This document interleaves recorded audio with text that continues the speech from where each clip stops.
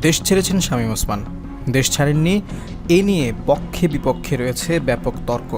তবে তিনি যদি দেশ ছেড়ে না গিয়ে থাকেন তাহলে তিনি যেন দেশ ত্যাগ করতে না পারেন এবং তাকে সহ তার দোসরদের আইনের আওতায় আনার দাবি তুলেছেন নগরবাসী।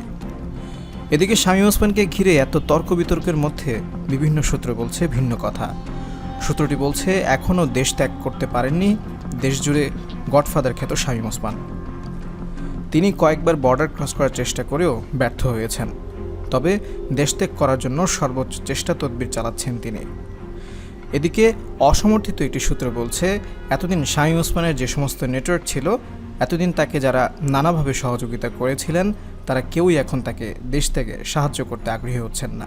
তাই বলে যে তিনি দেশেই থাকবেন তাও নয়, কেননা বর্তমান পরিস্থিতিতে তিনি দেশ ছাড়তে না পারলে বেশ কয়েকটি হত্যার অভিযোগে গ্রেপ্তার হবেন এই জাদ্রেল আওয়ামী লীগ নেতা। এদিকে তানভীর মোহাম্মদ ত্বকীর পিতা এক বক্তব্যে বলেছেন, বিভিন্ন সূত্র থেকে তিনি জানতে পেরেছেন শামীম ওসমান দেশ ছাড়তে পারেননি। তিনি দেশে আছেন বলে তিনি তার ওই বক্তব্যে বলেন।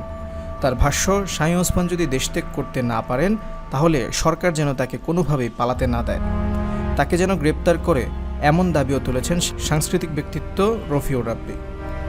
এদিকে আরেকটি অসমর্থিত সূত্র থেকে জানা গেছে, বৈষম্য বিরোধী ছাত্র আন্দোলন চলাকালে ঢাকার গুলশান থেকে 19 জুলাই নারায়ণগঞ্জে প্রবেশ করে বিপুল সংখ্যক অস্ত্রশস্ত্র নিয়ে মহড়া দেন এবং ছেলেসহ তিনি এলোপাতারি গুলি বর্ষণ করেন। এরপর স্বরাষ্ট্রমন্ত্রী নারায়ণগঞ্জে আসলে তিনিও আসেন। এরপর 30 জুলাইও তিনি নারায়ণগঞ্জে এসেছিলেন। পরে এদিকে তাকে আর দেখা যায়নি। সূত্র মতে হামলার আশঙ্কা থেকে ওই দিনই তিনি দেশের সার্বিক পরিস্থিতি আঁচ করতে পেরে গুলশানের বাসা ছেড়ে একটি 5 তারকা হোটেলে ওঠেন পরিবার নিয়ে। সেখান থেকে দেশের সার্বিক পরিস্থিতি পর্যবেক্ষণ করছিলেন। তবে 3 জুলাই হঠাৎ করে গুঞ্জন ওঠে শামীম ওসমান দেশ ছেড়ে থাইল্যান্ড পাড়ি জমিয়েছেন।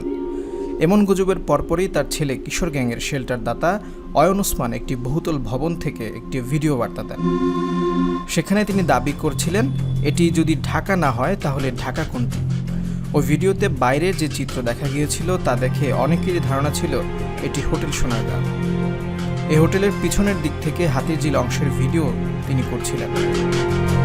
অন্যদিকে এদিন বিকেলে শামীম ওসমানকে শেখ হাসিনার দলীয় কার্যালয়ে একটি সভায় উপস্থিত থাকতে দেখা যায়। সেদিন তিনিও জানিয়েছিলেন, আমি দেশ ছাড়িনি, দেশেই আছি। যদিও এরপর তাকে আর কোথাও দেখা যায়নি। এমনকি সেদিন ও পরদিন তথা 4 আগস্টও তিনি দেশ ছাড়তে পারেননি। পরদিন 5 আগস্ট মার্চ টু ঢাকা কর্মসূচির দিন দুপুরেই পুরো দেশের পরিস্থিতি পাল্টে যায়। স্থবির হয়ে যায় সব, বন্ধ হয়ে যায় যান চলাচল। ফলে এদিনও তিনি পরিবার নিয়ে দেশ ছাড়ার চেষ্টা করেও সাহস করতে পারেননি। ফলে ধারণা করা হচ্ছে শামীম ওসমান পরিবার পরিজন নিয়ে 5 তারকা হোটেলেই অবস্থান করে থাকতে পারেন। তবে তিনি যে 5 তারকা হোটেলে এখনও অবস্থান করছেন বিষয়টি সত্য মিথ্যা যা হোক, বেশিরভাগ মানুষের ধারণা শামীম ওসমান দেশেই আছেন। এখানে তিনি লুকিয়ে রয়েছেন। সময় সুযোগ মিললে দেশ ছেড়ে প্রথমে ভারতে পাড়ি জমাবেন, পরে সেখান থেকে অন্য ব্যবস্থা নেবেন।